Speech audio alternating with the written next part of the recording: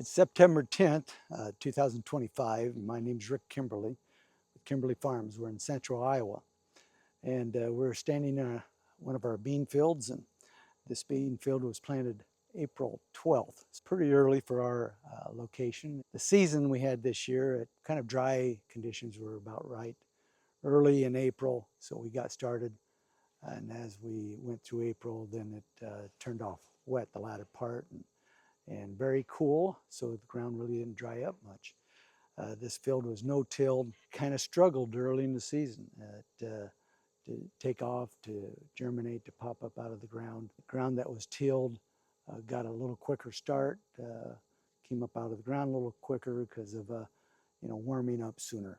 Those things happen some years, and April 12th is early, especially for no-till, but we got started then.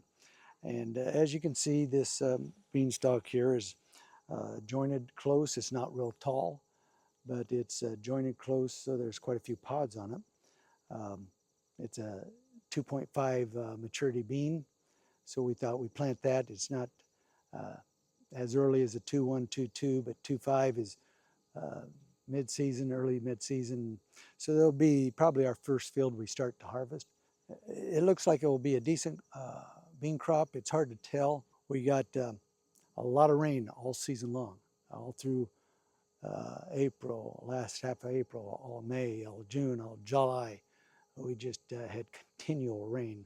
And of course, as most people know, beans don't like wet feet, but that's the conditions we had. And there was diseases starting to pop up into the beans. We saw some sudden death starting to show up in beans. We didn't have it too much because we treat our beans at bean seed before we plant it, kind of help control that.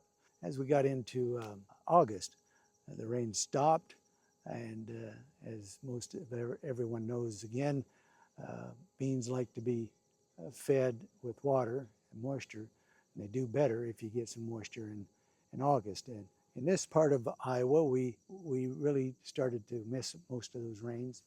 Some areas, different areas all have different conditions, but through here, and probably pretty large part of Iowa, turned off to be a little drier in August. So that might affect the top end of the beans.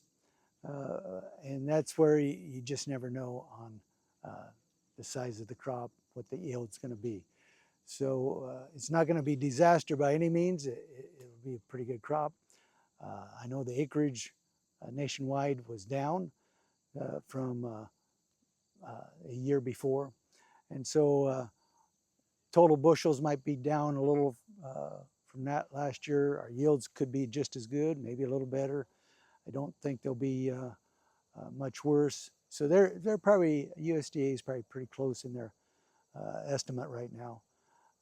I probably wouldn't argue with that much. So it's going to be interesting to find out. These beans are probably 2 weeks off before we get in to harvest them. And a lot of beans in Iowa are still green.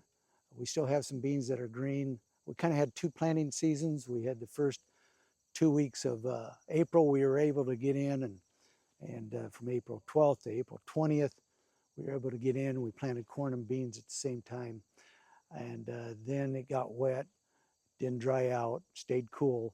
And it was in May before we got back in to finish up our planting on corn and beans both.